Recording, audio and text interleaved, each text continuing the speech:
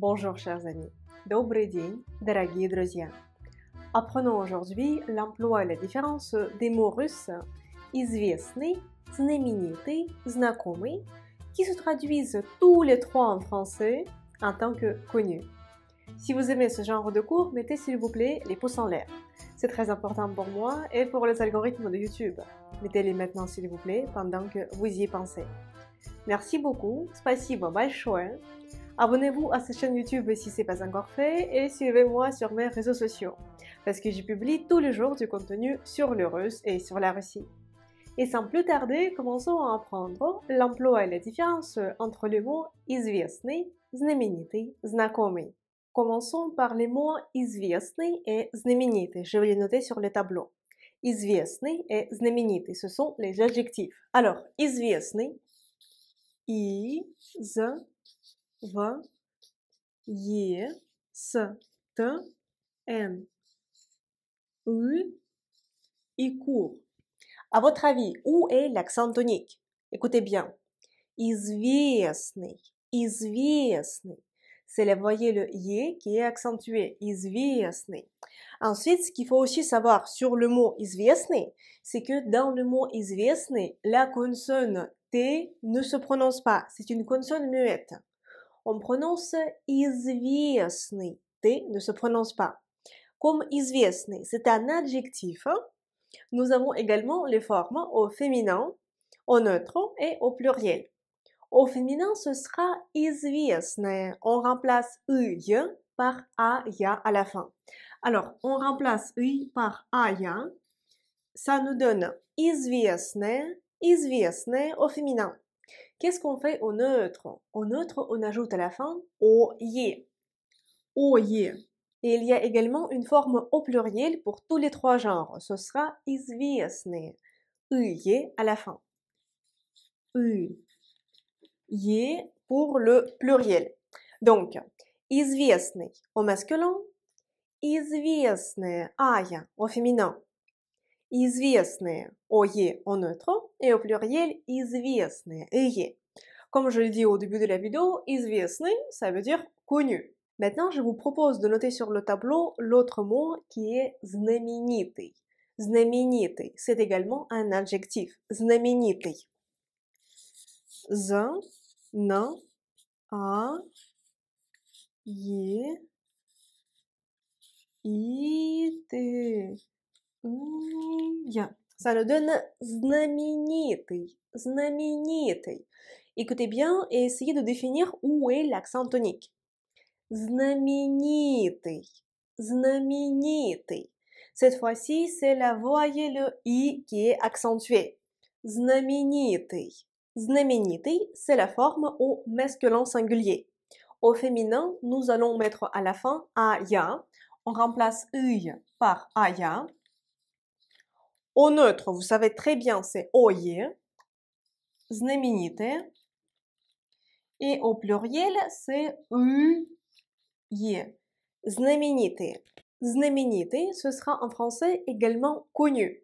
Mais quelle est la différence si известный et знаменитый signifient tous les deux connus? Par exemple, comment dire en russe une écrivaine célèbre? Vous pouvez dire à la fois известная писательница, известная писательница ou bien знаменитая писательница. Известная писательница, знаменитая писательница. Известный et знаменитый, c'est quasiment la même chose, comme en français, vous pouvez dire connu et célèbre.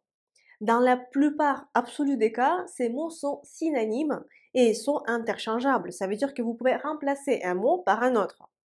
Un autre exemple. Un tableau connu, un tableau célèbre. Известная картина, известная картина ou знаменитая картина. Знаменитая картина, un tableau connu. Un musée célèbre, un musée connu. Известный музей, известный музей, знаменитый музей. Знаменитый музей, un musée connu. une ville connue, ce sera en russe знаменитый город ou известный город. Знаменитый город, известный город. Une ville connue, une ville célèbre. Vous pouvez également rencontrer en russe l'adjectif знакомый qu'il ne faut pas confondre avec знаменитый. Je vais noter знакомый. Et знакомый, cela peut également signifier connu. Je vais le noter знакомый. Alors,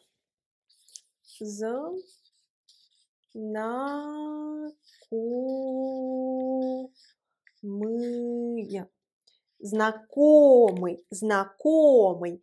Où est l'accent tonique? Знакомый, parce qu'en fait, pour vous, c'est important de savoir définir la place de l'accent tonique à l'oral. C'est pour ça que je vous entraîne un peu. Знакомый, l'accent tonique est sur la voyelle O. Знакомый. La même chose, знакомый. Et au masculin, au féminin. On va dire знакомая, ая, au neutre, ое, знакомые, et au pluriel, ие, знакомые, au pluriel. Dans certains contextes, знакомый peut se traduire en français par connu, mais le plus souvent, знакомый signifie quelqu'un ou quelque chose que je connais. Il est très important de ne pas confondre знаменитый et знакомый. Par exemple, si vous dites en russe « это знаменитый художник », cela va signifier « c'est un peintre connu, c'est un peintre célèbre ». « Это знаменитый художник ». Cependant, si vous dites « это знакомый художник », cela va signifier cette fois-ci « c'est un peintre que je connais, c'est un peintre qui m'est familier ». Это знакомый художник. Un autre exemple. C'est une chanson connue, c'est une chanson célèbre. Comment allez-vous le dire? Ce sera это известная ou это знаменитая песня. Это известная, знаменитая песня. Si vous voulez dire que c'est une chanson que vous connaissez, il faudra employer cette fois-ci это знакомая песня. Это знакомая песня. Par exemple, vous avez déjà entendu cette chanson quelque part et vous pouvez dire Ah, это знакомая песня. C'est une chanson que je connais. Écrivez s'il vous plaît dans les commentaires de cette vidéo vos exemples de phrases avec les mots известный, знаменитый, знакомый. J'espère que ce cours vous a plu. Si c'est le cas, mettez s'il vous plaît les pouces en l'air. C'est très important pour moi et pour les algorithmes de YouTube. Mettez-les maintenant s'il vous plaît pendant que vous y pensez. Merci beaucoup, спасибо большое. Abonnez-vous à cette chaîne YouTube si ce n'est pas encore fait et suivez-moi sur mes réseaux sociaux parce que j'y publie tous les jours du contenu sur le russe et sur la Russie. Si vous souhaitez commencer à apprendre le russe ou poursuivre votre apprentissage avec mon accompagnement personnel, je vous invite à rejoindre les cours quotidiens de russe. C'est mon programme personnel d'apprentissage de russe en continu.